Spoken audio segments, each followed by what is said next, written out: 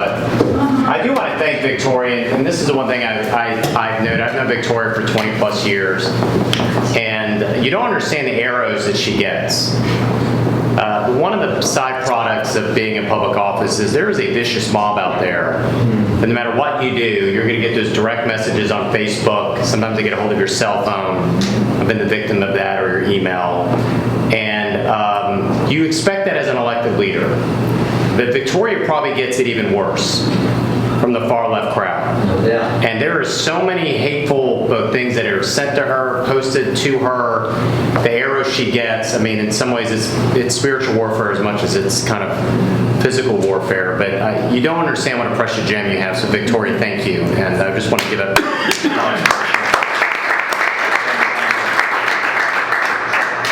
It's been fun. You get around the state. I like to joke, unfortunately, a lot of the campaign staff, they can give my speech better than I can. But I did get to meet Glenn Youngkin early on in November. We have a mutual friend in Virginia Beach that we should get together. He heard I was thinking about running for Attorney General, and very impressed by the fact that he said, I think one of the most important words he could say to somebody was, how can I pray for you today? And Glenn, I just appreciate you getting in the arena. I do represent the oceanfront of Virginia Beach. I'm one of those classic districts. I'm Jason Miyares that Ralph Northam's won. I've won with an average of 60% of the vote. If you know me, my better half is Paige. I'm a proud member of the Dads with Daughters Club. My three diamonds of my heart are Gabriella, Elena, Sophia. I met my wife actually working for George Allen. She had just come off staff at Campus Crusade for Christ, and had Governor Allen likes to joke that he introduced me to my wife. That's not quite accurate, but I'm glad we were able to meet working with him. But I was a prosecutor for a number of years. I prosecuted over 600 criminal cases, well north of a 90% conviction rate. So I like to say your safety is my mission as somebody who's a prosecutor who's been in the room with some really bad individuals. But I also like to say, for you to know where I want to go as Attorney General, you have to know where I came from. And I like to say that my story doesn't begin in Virginia Beach, Virginia. It actually begins in Havana, Cuba. When a scared 19-year-old girl got on an airplane, literally penniless and homeless, and not knowing where her next meal was going to come from. And that was my mother, Miyares. And as Glenn noticed as well, I absolutely know how powerful it is, a strong woman. But when you grow up in a household of somebody who's lived 5+ years under the horrors of socialism and communism, it's not just a theory. It's not just something you read in a textbook. The impact of it is literally in your DNA. And the decision I made to run for this office was the Friday night before the election. I called my mom almost every day. And I was checking on her, and I was driving home from my law office. And if you know anything about Cubans, we're very, very passionate people. One of my earliest memories was seeing my mother become a U.S. citizen, and then her taking me with her to watch her vote in her first presidential election for Ronald Reagan in '84. And they say if you want to shut a Cuban American up, just tie their hands behind their backs. We can't tie their hands, but in all the years I've talked to my mother about politics, it was the first time I ever talked to her, she was scared. Now, I come from a broken home. I like to say I have an earthly father that abandoned me, but a heavenly father that's never forsaken me. But it's a hard thing when you come from that background, when your only parent is scared. And I said, Mamita, what's going on? And she said, I never thought the language I used to hear in the streets of Havana, Cuba, I would hear in America today. And she said, I am 74 years old. I'm too old to ever go through this again.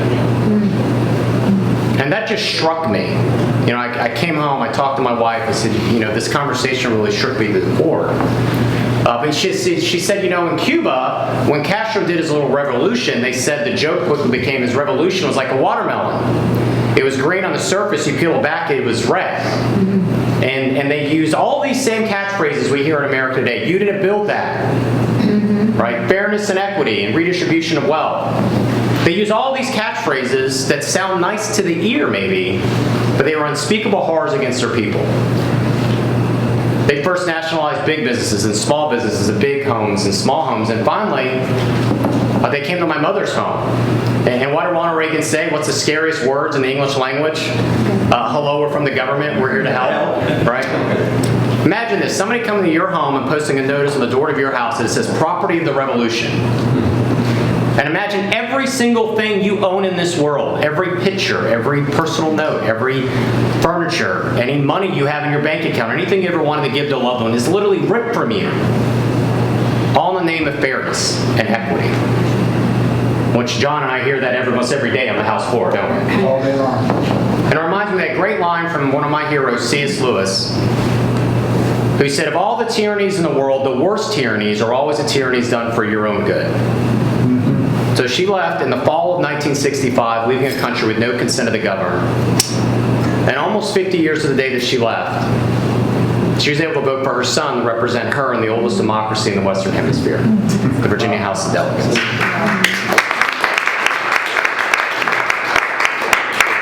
And that's what I call the American miracle. You know, the night that I won in 2015, my uncle had spent time in one of Castro's prisons, said, tonight I felt like I beat Castro. And it's still one of the single most important moments in my life. But ultimately, and I love to talk to young people. Every time I get to talk to a high school government class or senior day or graduation ceremony, I love to speak to them because I found when you talk to young people, American exceptionalism, they're like a starving man in a desert who just finds a glass of water. And I say, why did my mother come here? What's so unique about this country? You know, she fled from Cuba to Spain and then immigrated to the United States. It's because she was desperate to live in a country that recognized her rights came from God and not from some politician in D.C. or Richmond. That American miracle has given more second chances to more people from more countries and more backgrounds than any nation in the history of the world. And ultimately, you're here tonight because you understand that American miracle is being challenged in a way it's never been challenged before. You know, you can't preserve the American miracle if you don't preserve election integrity. If you require a photo ID to get on an airplane and to get a tattoo, and as Glenn said, to pick up a library card, it requires photo ID to vote. That's not controversial. And my pledge to you, and my campaign's been blessed, we found that we raised the most money of any first quarter Attorney General candidate that we've ever had in a Republican Attorney General candidate. And so we're going to work the other campaigns. We're going to have those resources to have those poll workers and poll watchers. But also, if I have the honor of serving as your Attorney General, I'm going to set up the Office of Election Integrity. This could be full-time Attorney Generals with subpoena powers that are going to protect that precious right to vote. You can't preserve the American miracle if you don't protect life.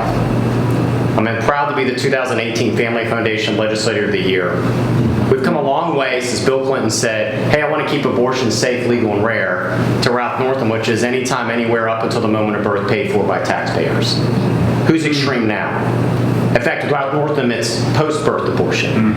One of my favorite moments as a delegate was going to Kinko's late at night and printing off these placards that when that late-term abortion bill came up, everybody in my caucus, to their credit, everyone, they took it out of their desk. John was there. And it said 3 words, but sometimes small words can have profound meaning. It just said, life is beautiful. And actually made the front page of the Richmond Times-Dispatch. I think Buddy Fowler was on the front page. But life is precious, if always will, and always will continue to stand for the unborn.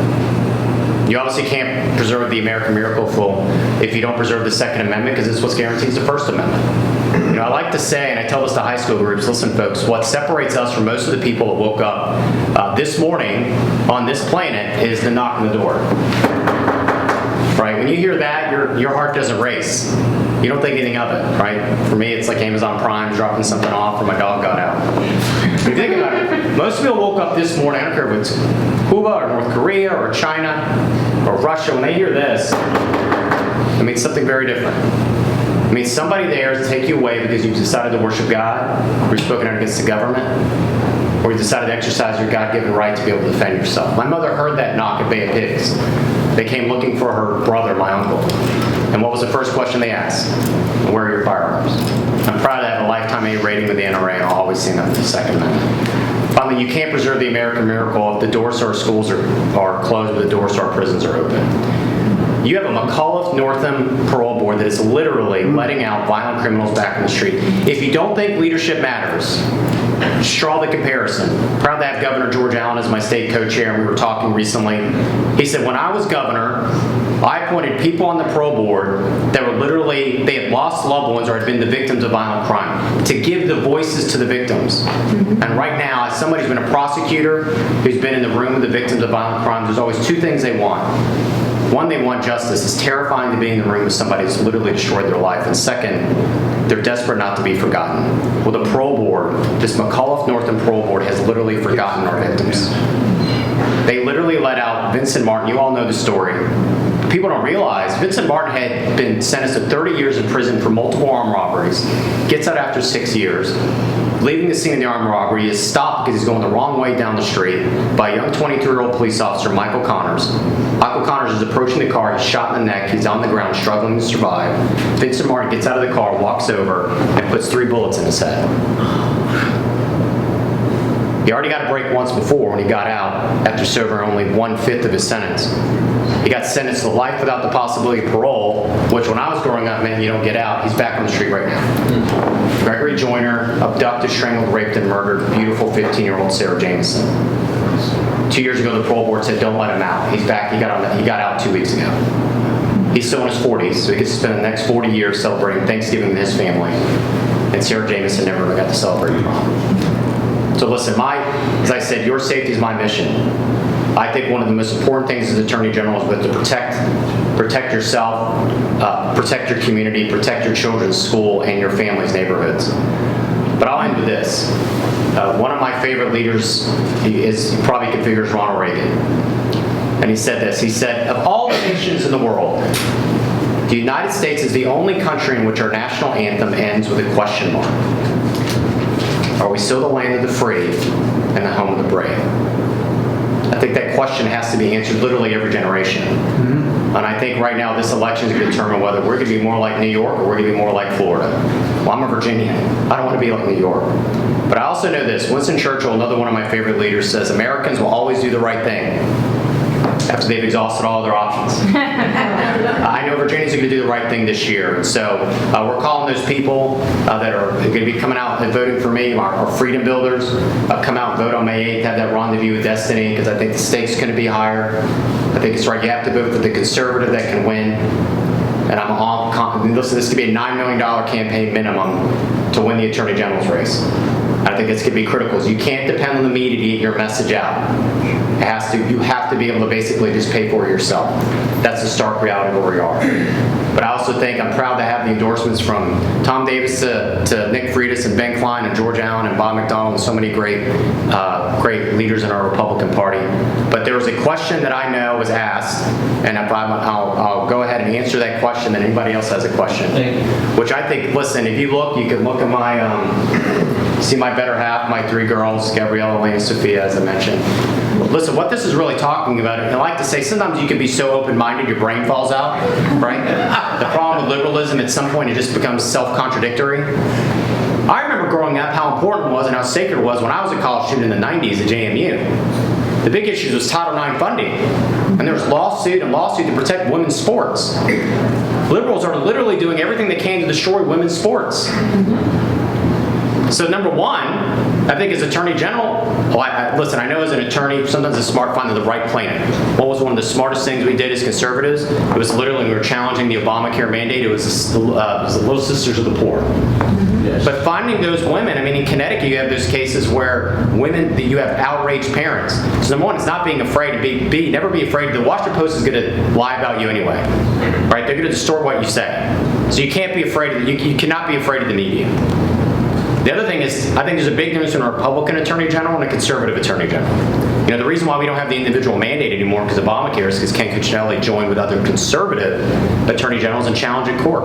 So I think it's critical that you have an Attorney General who's not afraid to get in the game and challenge. And listen, as I will always say, I'm a father of 3 daughters. I want to defend Title IX sports. I want to defend women's sports. This is the opposite of that. And so I think that's critical from my perspective.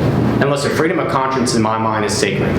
You know, the only way we're going to survive in a pluralistic society, it's what I told the reporter, the only way we can survive in a pluralistic society is understand there are going to be people who have a fundamental different view of life and marriage on so many different issues, on human sexuality. And you're going to have to recognize that other people are going to have to be able to live their lives different than what you think it is. That's the only way we can survive as a pluralistic society. You know, as Eric Erickson likes to say, you will be made to care. My friends on the left, they want conformity. They want you to accept their entire worldview, but we can't survive as a people like that. And we are 10 years away. When Beto O'Rourke got up in that presidential election and said churches should lose their tax-exempt status if they're not willing to basically lose their own biblical worldview of human sexuality, I said that's going to be a mainstream Democratic position within a decade. You bet. Without a doubt. And so I will always defend your right to religious liberty and freedom of conscience, because I know it separates us, like I said, from so many people that hear that knock on that door. Are there any thoughts or questions? I have to have a question, Victoria, please forgive me for asking. I just, that knock, when you did that, it really reminded me that our churches, our Christian nonprofits, our Christian schools, pastors, Christian business owners, right now in Virginia, they're waiting for that knock from the Attorney General's office. So can you speak on that? Oh, yeah. And what you plan to do about that? Listen, because this is worse. We're worse than California right now. Oh, yeah. Yeah, part of the reason why I'm running is nobody feels like anybody has their back. If you're having your religious liberties violated, you don't feel like pop culture, you don't feel like government, you sure as heck don't feel like the media has your back. If you feel like you're a small business owner, I was talking to a gentleman who runs Gore Melons up in Spotsylvania County. Glenn, you should stop up. This guy's an Afghanistan war veteran, right? He's seen some unspeakable horrors. Came back from serving his country overseas to open this small restaurant. He's being sued right now from the Attorney General's office because he wanted to maintain and keep his restaurant open in the midst of the pandemic. And he told me this, he said, Jason, this was my choice. And when I walked in, his mother's from Chile, he and his wife, all three of them, salt of the earth folks. He said, literally, this was my choice. I could either keep my restaurant open and feed my family or close it and lose everything, lose my life savings I put into this restaurant. I mean, he says, I'm the first to be here in the morning, the last to leave. And when you see that, and he said, I feel like nobody has my back right now. And I said, I'll be an Attorney General that has your back. Because the fact that the Attorney General's office is wasting their time and resources to sue this good man because he's desperate to stay open. Listen, I'm a big believer. It's not good enough for me to win. It's who you bring with you. I'm a big believer in personnel as policy. That's key. And you got a lot of people in the Attorney General's office that are, quite frankly, left of, I don't want to know where. Right? But what about hiring practices? The way Mark Herring, he's the opposite. He's our Eric Holder. I mean, listen, I think you have to have a complete mindset. I mean, Mark Herring is our Eric Holder. He's politicized the office. He's gone far left. He hasn't defended what he's supposed to defend under the law. But I'll always defend religious liberty. My number one rule is this. If whatever's passed violated the U.S. Constitution, the Virginia Constitution, you don't have a right to an education, for example, in the U.S. Constitution. You do have it under the Virginia Constitution. So we talk about these teachers' unions and these school boards that aren't keeping our schools closed. Oh, absolutely, day one, if we're still closed, go after them.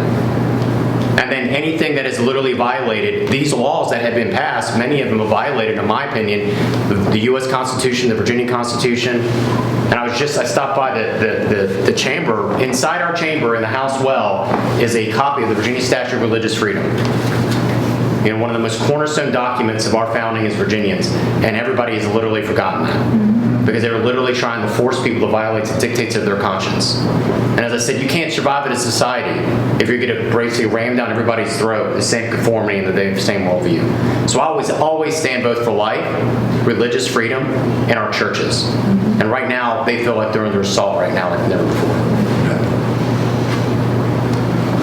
Touching on that question, it's interesting. I'd really love to see, and from Glenn as well, I'd love to see some candidates that actually are fighting for opening up our businesses. And that's my number one issue right now. I mean, it's on top of everyone's mind. When Trump, when he was fighting, he was essentially saying, he was doing everything against the left and pissing the left off. And that's what we need to do. We need to say, we need to open our damn businesses. We need to get people back to work. We need to get our kids back to school. And that has to be the number one issue. I mean, I don't understand, obviously I'm passionate about it, but this is, I've heard everyone, and I think it needs to be latched onto.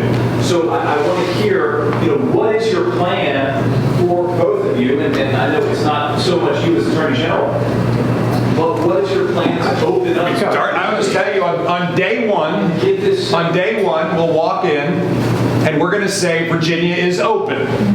Our businesses are open, our schools are open, our houses of worship are open. This is what we have to do on day one. Because the challenge we have is if we equivocate and do anything else, Someone's going to question, are we open? And so this to me is, somebody asked me today, what's the first thing you're going to do? And the first thing I'm going to do is we're going to say Virginia is open. This is what we have to do. Across the board. Everything. Yeah. Folks, Virginia was just ranked 50th in personal liberties. 50th. Come on, can we, this is unbelievable. So this isn't something that we should debate. This is the very first action. Get ready. We're going to be open. We're going to go back to I'll just tell a quick, I'm sorry, I'll tell a quick story. So, my son's 23. He's in Dallas, Texas, finishing up graduate school at Southern Methodist University. I'm proud of him too, by the way. And he comes back and forth in campaigns a little bit because candidly he has a job, and so maybe he's not working as hard as he should. He flies into Dulles Airport. We go pick him up. And he comes out and he says, "Dad, I'm starving." So why didn't you get anything to eat in there? He said every store was closed.